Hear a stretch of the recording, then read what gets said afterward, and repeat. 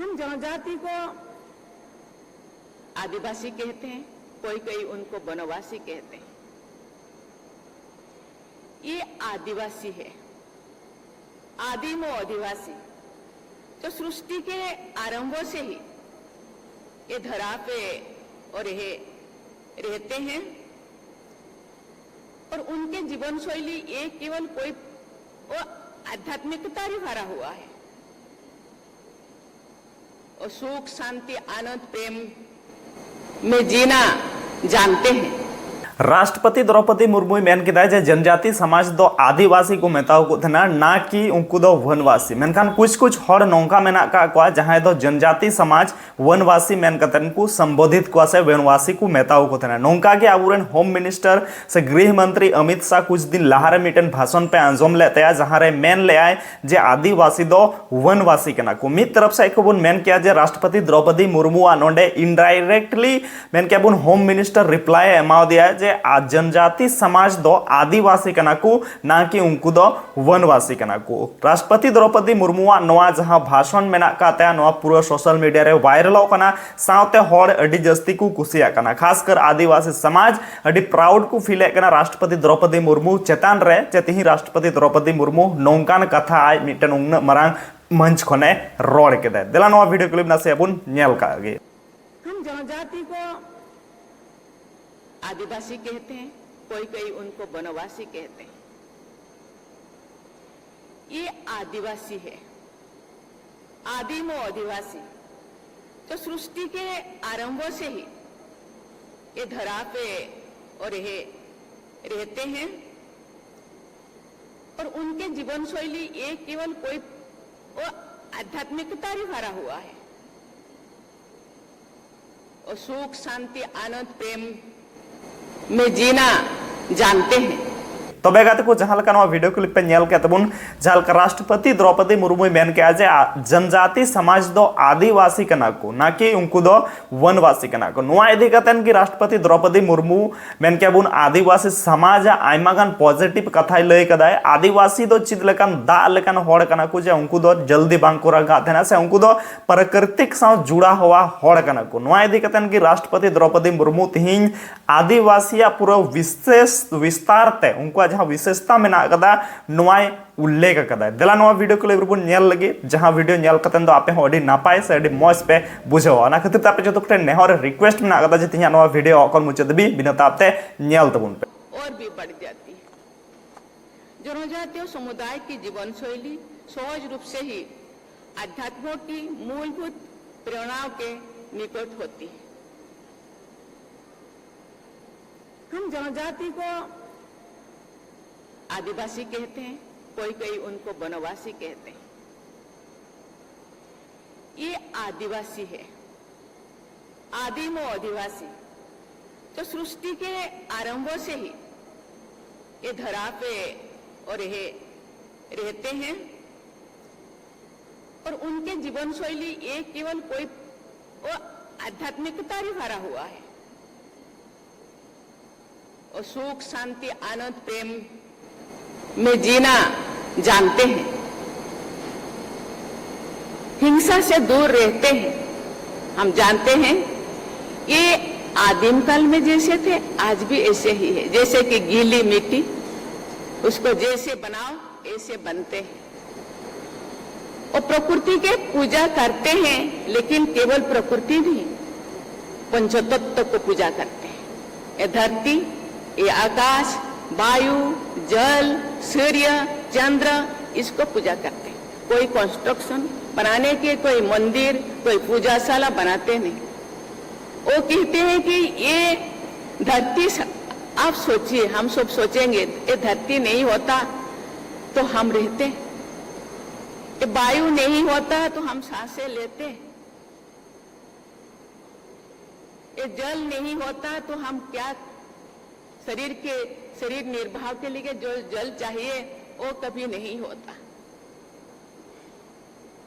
और धरती को क्षति पहुंचाते नहीं, और जल कभी दूषित नहीं करते। तालाबों में नहाते, नदियों में नहाते, नदी में कोई कूड़ा फेंकता नहीं, तालाबों में तालाबों को कोई अपरिष्कार नहीं करते।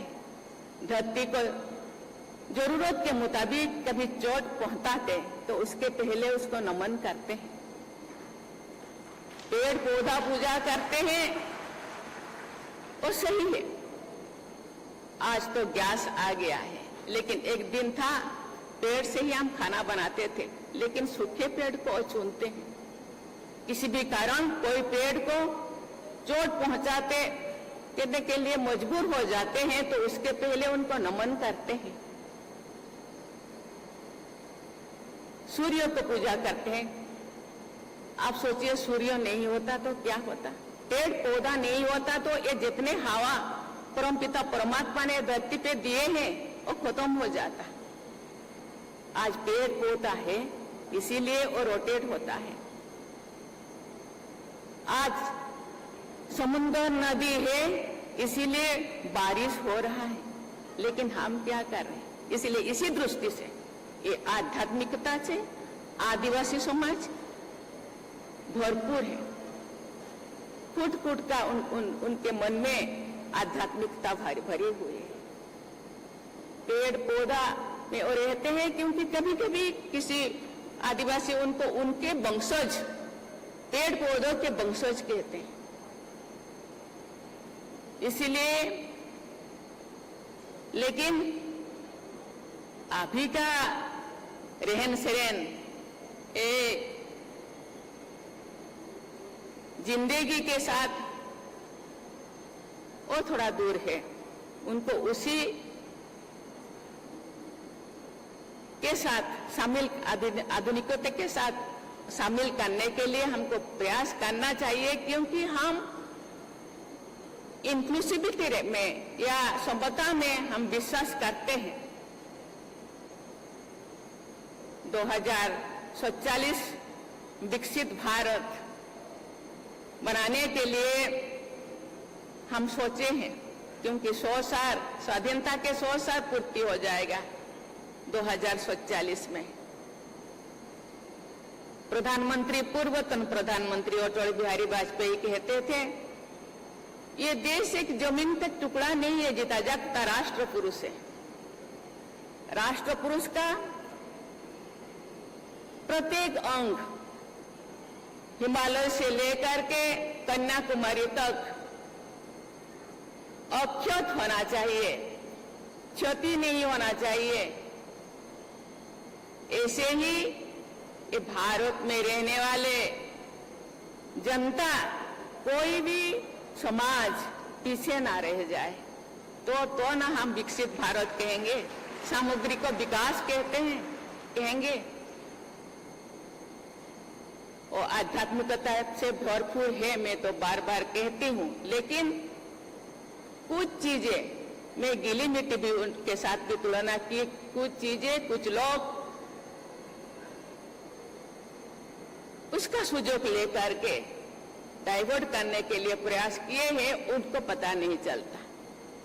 इसीलिए ये जो समाज को आगे बढ़ाने के लिए ब्रह्मा कुमारी संस्थान उनके जीवन शैली में थोड़ा सा जान डालने के लिए, दृष्टिकोण बदलने के लिए जो प्रयास कर रहे हैं, इसीलिए संस्था को मैं बहुत बहुत धन्यवाद देना चाहती हूँ। इसके साथ ये राज्य की सरकार को भी मैं धन्यवाद देना चाहती हूँ।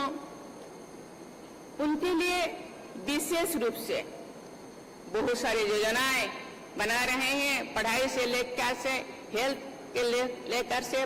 हम लोगों का जो राज्यपाल महोदय, कल हम लोगों का प्रोग्राम है सिकल सेल एनीमिया, और ऐसे बीमारी है और जनरली आदिवासियों को होता है, उससे कैसे वो मुक्त हो जाए, इसीलिए भी प्रयास चल रहा है। शिक्षा, स्वास्थ्य, रहन सहन, खान पान। आप मैं जब आ रही थी उस टाइम में 4-5 स्टॉल मैंने देखा, जो आदिवासी भाई बहन ने खेती बहुत सुंदर करते हैं। प्राकृतिक खेती, विदेशी लोगों के द्वारा हम प्रेरित हो के विदेशी जो पेस्टिसाइड हम लगाते हैं, जमीन को बंजर कर लेते हैं और उसी जमीन से उगा हुआ अनाज हम खाते हैं तो तरह तरह के बीमार होता है। इसलिए प्राकृतिक खेती के तरफ वो थे, हम सब थे प्राकृतिक खेती, गाय बैल हम लोगों के पास थे। अभी आ गया ट्रैक्टर, सब बेचते और पेस्टिसाइड यूज किए, जमीन बंजर हो गया। आज फिर उसी दिशा में हम लौट रहे हैं। प्राकृतिक खेती करना शरीर के लिए अच्छा होता है, शरीर केवल नहीं, शरीर मन आध्यात्मिकता हर दिशा के लिए अच्छा होता है। प्राकृतिक संप्रदायों से जुड़ा उनकी वो सोच शक्ति है जो सर्वमंगलकारी सोच और कार्यनीति को जीवन के हर आयाम में सामने लाती है आदिवासी समाज। ये बहुत संतोष की बात है कि इस दृष्टि से आपका ये संस्थान जनजातीय समाज के साथ मिलकर लंबे समय से अत्यंत महत्वपूर्ण कार्य देश के अनेक हिस्सों में कर रहे हैं। भारतीय जीवन दृष्टि के अनुसार कार्यरत प्रत्येक संस्था को इस बात का सदैव ध्यान रखना चाहिए कि समाज के किसी भी वर्ग का सशक्तिकरण केवल आर्थिक विकास तक सीमित नहीं होना चाहिए। वास्तविक सशक्तिकरण तब होता है जब व्यक्ति आत्मविश्वास, आत्मसम्मान और जागरूकता के बल पर सामाजिक दायित्वबोध के साथ अपने कार्य क्षेत्र में सक्रिय होते हैं। आदिवासी समाज आत्मसम्मान के साथ जीते हैं और किसी को कुछ बोलते नहीं अपने प्रॉब्लम।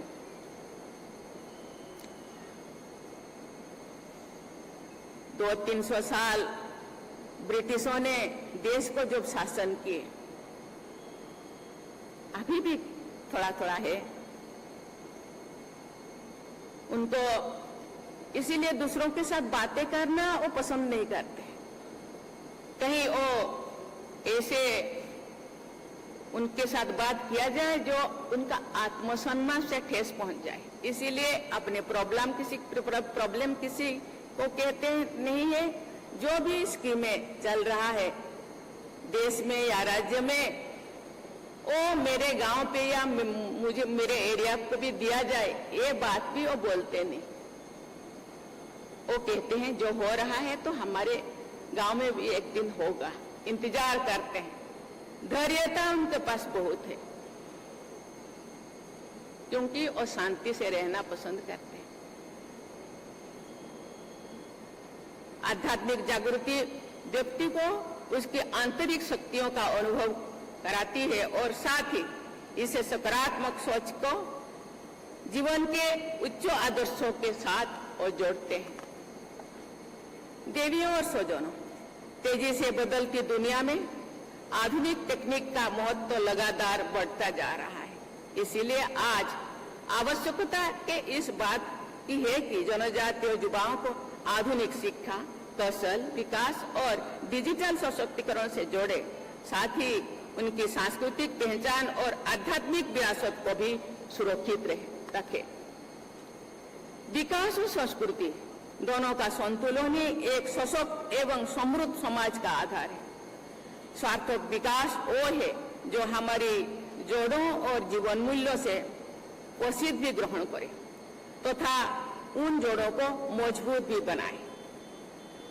हम जब ऐसे समग्र दृष्टि से काम करेंगे तो भी समाज में समरसता और समता की प्रबल धारा प्रवाहित होगी, तो भी हम समावेशी विकास के नई प्रतिमान स्थापित कर सकेंगे। मुझे बताया गया है कि ब्रह्मा कुमारी संस्थान ने इस क्षेत्र में पिछले अनेक दशकों से अथक परिश्रम कर रहे हैं। संस्थान ने बितुल एवं आसपास के जनजातीय क्षेत्रों में आध्यात्मिक जागृति, नैतिक मूल्यों के प्रसार, नशा मुक्ति, महिला सशक्तिकरण, युवा विकास तथा सामाजिक उत्थान के लिए निरंतर कार्य कर रहे हैं। संस्था ने जनजातीय भाई बहनों में आध्यात्मिक विकास और सकारात्मक जीवन दृष्टि विकसित करने में महत्वपूर्ण भूमिका निभाई है। ध्यान एवं आध्यात्मिक शिक्षा के माध्यम से अनेक लोगों के जीवन में शांति, संतुलन और नई आशा का संचार हुआ है। मध्य प्रदेश का ये बैतूल जिला अपनी समृद्ध जनजातीय संस्कृति, प्राकृतिक सौंदर्य और आध्यात्मिक विरासत के लिए पूरे देश में जाना जाता है। मुझे बताया गया है कि यहाँ के जनजातीय समुदाय ने अपने विशिष्ट परंपराओं, लोक ज्ञान और सांस्कृतिक मूल्यों को पीढ़ी दर पीढ़ी संरक्षित रखे हैं। बैतूल की जनजातीय संस्कृति में सामूहिकता, सहयोग, सरलता, ईमानदारी और आध्यात्मिकता जैसे उच्च जीवन मूल्य सहज रूप से विद्यमान है। जब आध्यात्मिक और सेवा का संगम होता है तो समाज में स्थायी परिवर्तन आता है। मुझे विश्वास है कि ये महासम्मेलन सेवा और आध्यात्म के इस संगम की ओर लोगों को आकृष्ट करने में एक महत्वपूर्ण भूमिका निभाएगी। आइए हम सब मिलकर 2047 तक एक ऐसे विकसित भारत का निर्माण करें और अधिक से अधिक प्रतिबद्धता के साथ कार्य करें, जहां आध्यात्म, सामाजिक समरसता, पर्यावरण संरक्षण और मानव कल्याण हमारे समावेश के विकास की आधारशिला बने।